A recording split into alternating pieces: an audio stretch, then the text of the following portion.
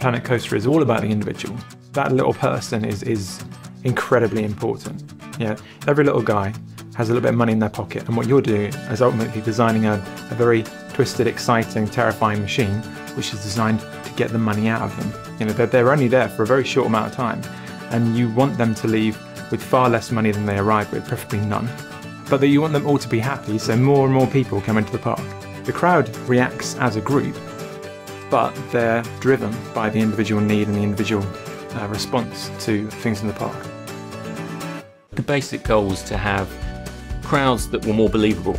So people far cleverer than me will tell you exactly how this is working. But traditionally, certainly in sim games, people don't matter, so we'll take shortcuts and we'll let people walk through each other.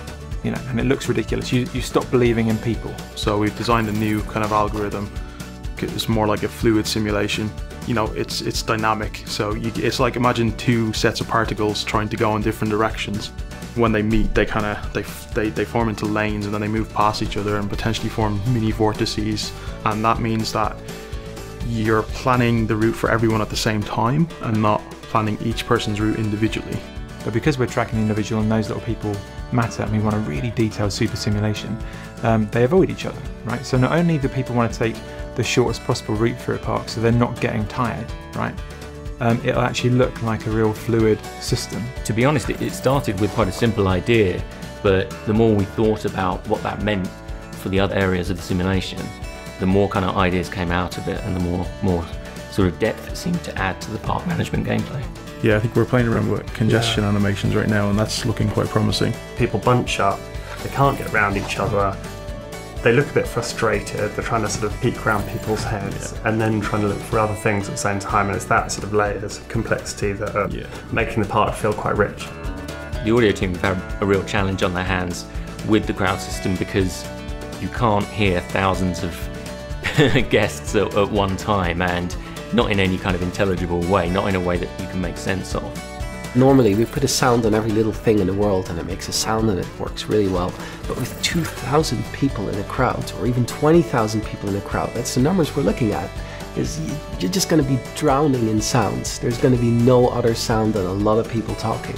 So we're designing these systems that very intelligently look at this large amount of data and pick out exactly those things we want to hear. So with crowds, we're looking at informing that there's something that needs investigation, but not actually trying to get all the little details in there. Because if you know something's wrong, you're going to investigate, and that's part of the gameplay. So when you place a ride down, there'll be a wave of reaction spilling out amongst your crowd. And in this game, we want to render a larger crowd than we've ever rendered before. You know, we're talking like thousands of people. So you'll see that ripple of reaction going through the crowd. So it can run in real time, and that's the hard part. And then also making it work with our path system, which was being designed as well in that pre-production phase. I'm a great people watcher. All our animators are like that. You know, they observe themselves, they film themselves all the time doing stuff, and seeing that come through into the game, and seeing it being supported by an engine which is not going to cripple their animation when it gets half a mile away, with, you know, hundreds of people in camera shot at any one time when you're low, thousands when you're up high. You know, that's extraordinary. So it's hard to pick one thing that excites you when you've got that. It will be the living UI, and that's never really been done before.